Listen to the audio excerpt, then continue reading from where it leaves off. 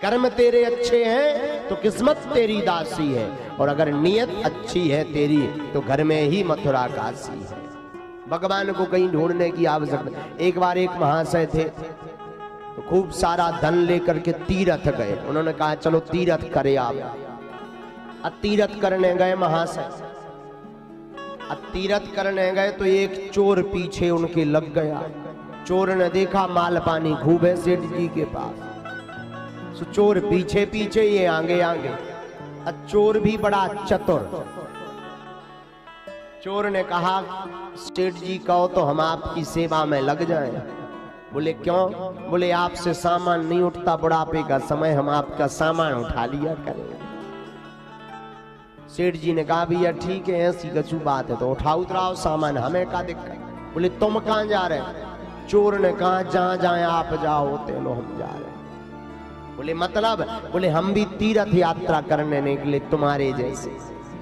अच्छा फिर तो बढ़िया बात है, चलो भैया तुम भी हमारे साथ। और सेठ जी समझ तो गए कि ये नंबर 1 का चोर है, ये हमारे साथ वहां तक जाएगा जहां तक माल पानी नहीं ने छुड़ा ला। जहां माल पानी चोरी कर लेगा तो ये वापस हो जाएगा।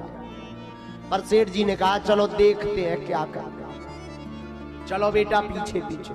अब ये रखवा दें सामान, चोर पीछे पीछे चले, सेठ जी आगे आगे चले। जहां रुके तो ये भी रुक जाए।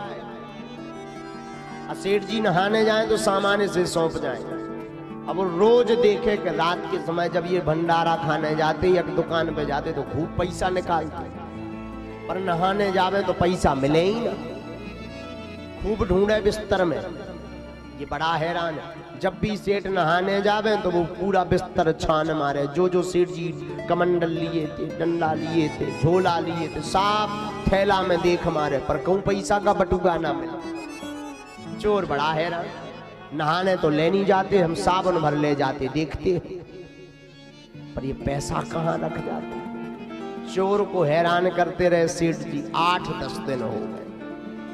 अब हरिद्वार पहुंचे। चोर भी बड़ा हैरान, रोज पूछे सेठ जी भूख तो नहीं लगी। सेठ जी कहा हो भूख लगी तो चलो दुकाने। अब दुकाने जाएं तो पैसा सेठ जी और दिखा दिखा निकाले।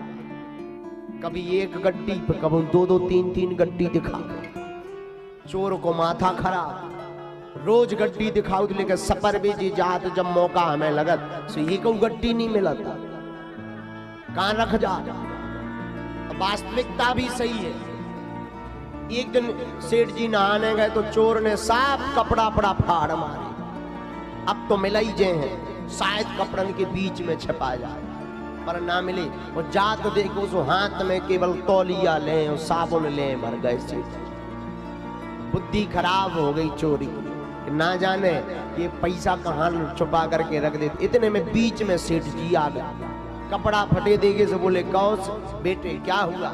बोले कुछ नहीं, सामान संभाल रहे थे, बंदरा फाड़ गए। बंदरों ने अब आतंक मचा रखा। सेठ जी ने कहा कोई बंदर ने आतंक नहीं मचा रखा, वो बंदर तुम ही आओ।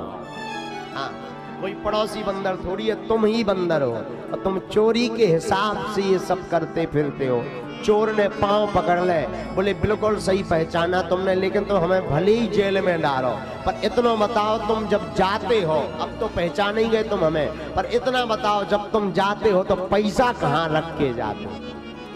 और झंझट नहीं। पहली बार हमें ऐसा आदमी मिला जिसकी हम चोरी नहीं कर पाए, नहीं तो हमारे माने बड़े बड़े तारे नहीं बचे यार। जमीन का खुदा हुआ हमने निकाल लिया, पर तुम पहली बार ऐसे मिले कि तुम्हारा 1 रुपया नहीं हमें मिले, कहाँ रख जाते हो? तो सेठ ने कहा बेटा हम तुमसे बड़े बारे चोर आए। बोले मतलब? बोले मतलब सीधा सा है, जब हम नहाने जाते हैं और तुम नहाने जाते हो तो तुम्हारे ही कपड़ों में हम अपने पैसा छिपा देते हैं, तो हमारा ढूंढते रहते, अपना ढूंढते नहीं हो।